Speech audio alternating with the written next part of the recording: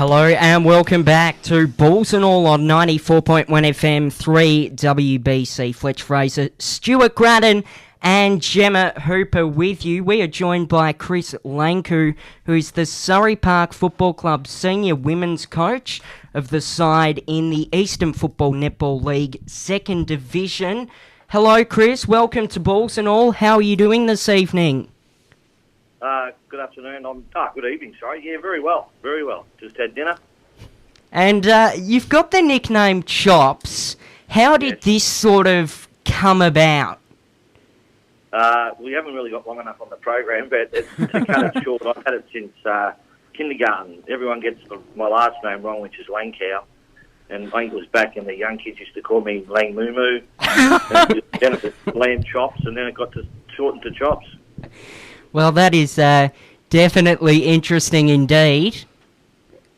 So, so Chops, for the women's side this year, they've had an incredible run so far in Div 2.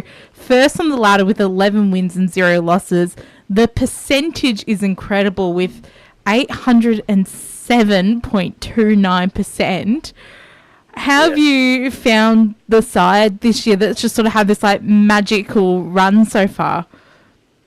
It's just a credit to the ladies, really. I took over from a group of ladies from DFRAN from last year, my first year as women's coach, and right from pre-season training, they've just everything that I've sort of like put in place or asked them to do, they've just done really well. And so, defensively and mid and offensively, they've just grabbed everything with both hands, and they've been really terrific and solid every week.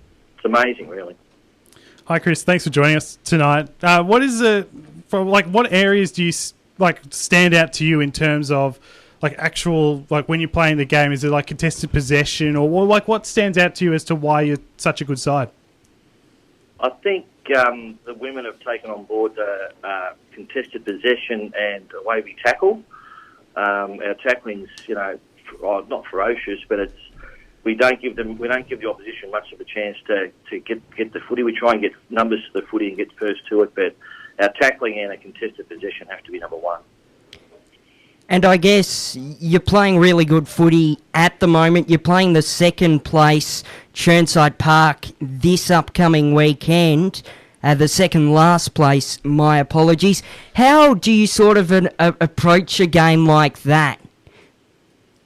The old adage, will take one week at a time, but at this time of year, we all know it's cold and wet outside, and everyone's got injuries, and people go overseas these days. So there's a lot of change in the side. So we're running with just enough numbers. So we'll just go about our stuff week in, week out, and we'll make Chirnside treat them like any other side.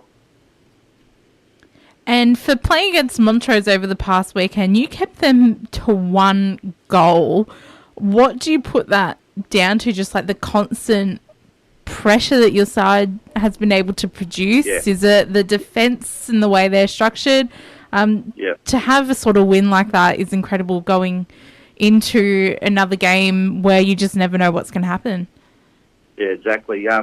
I think our midfields really do two-way runs, so they're really good defensively as well. So they set up well, but our defence, because the ladies play 16 aside, it gives us a chance to cover, try and have a sweeper at the back, and we've got a couple of ladies out the back that just really do that role. Mia Knednick and Alex Leather are really good defensively and really control the back line, and some of our mids and our wingers all help out down back. So it's a team effort, but yeah, we're pretty well structured in that part.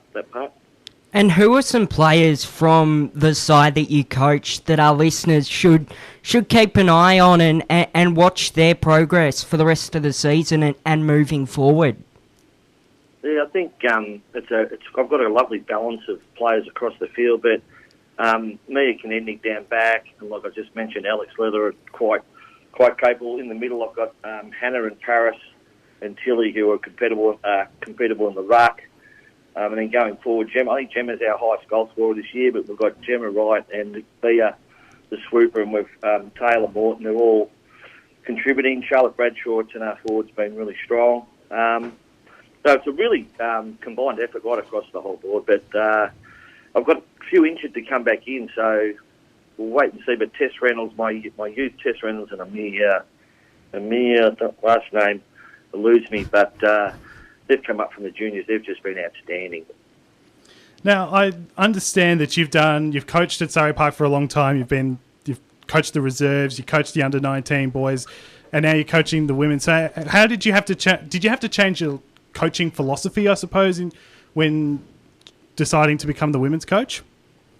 It's women's football's it's just growing every year. It grows, and what I love about I didn't really change much philosophy, but I just what I love about it is when we ask them something, they just do it. Like not like the men. The men sometimes say, the coaches sometimes he's waffling on or whatever. But in the women, they just really listen and they really want to become better players.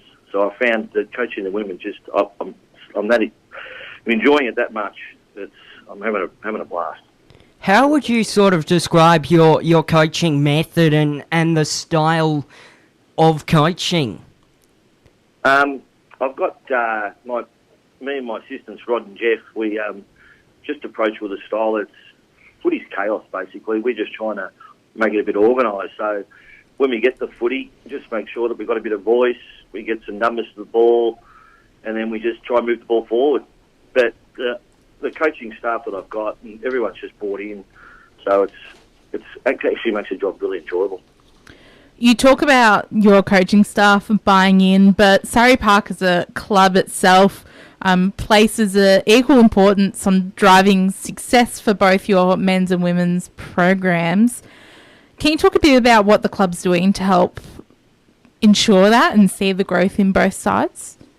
Yeah, I think the club as a whole, it's well run from the president down. Rowan's been terrific, and the committees all pitch in to help. So it's just showing that our junior football club has actually helped the football department. But outside of that, I think the culture of the football club is excellent. We drive standards. We try and make everyone feel welcome when they come to the club, supporters, players, all the members.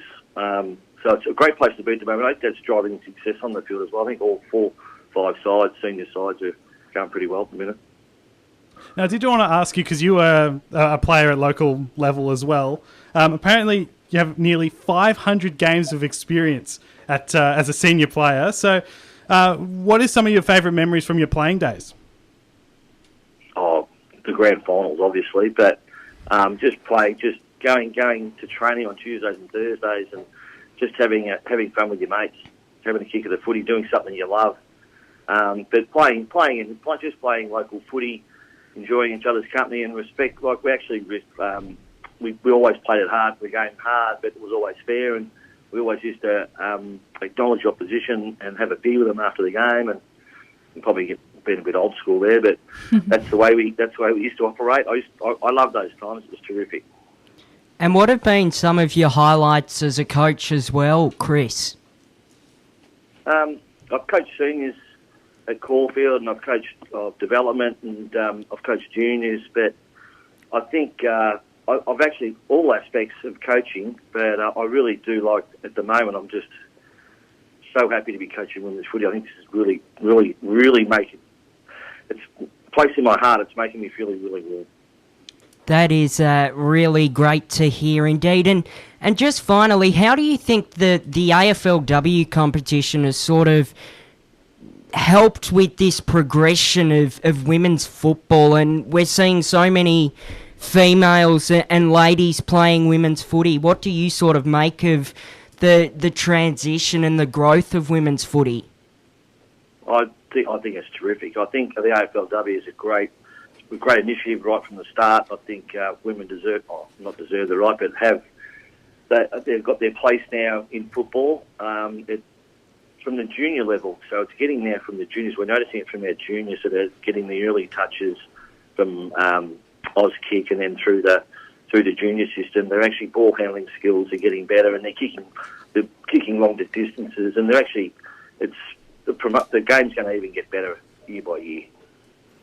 Well, thank you so much for joining us tonight, Chops. It's been great to talk to you about your coaching and playing career, and good luck against Chirnside Park on the weekend. Thanks a lot, Gemma. Thanks a lot, Fletch.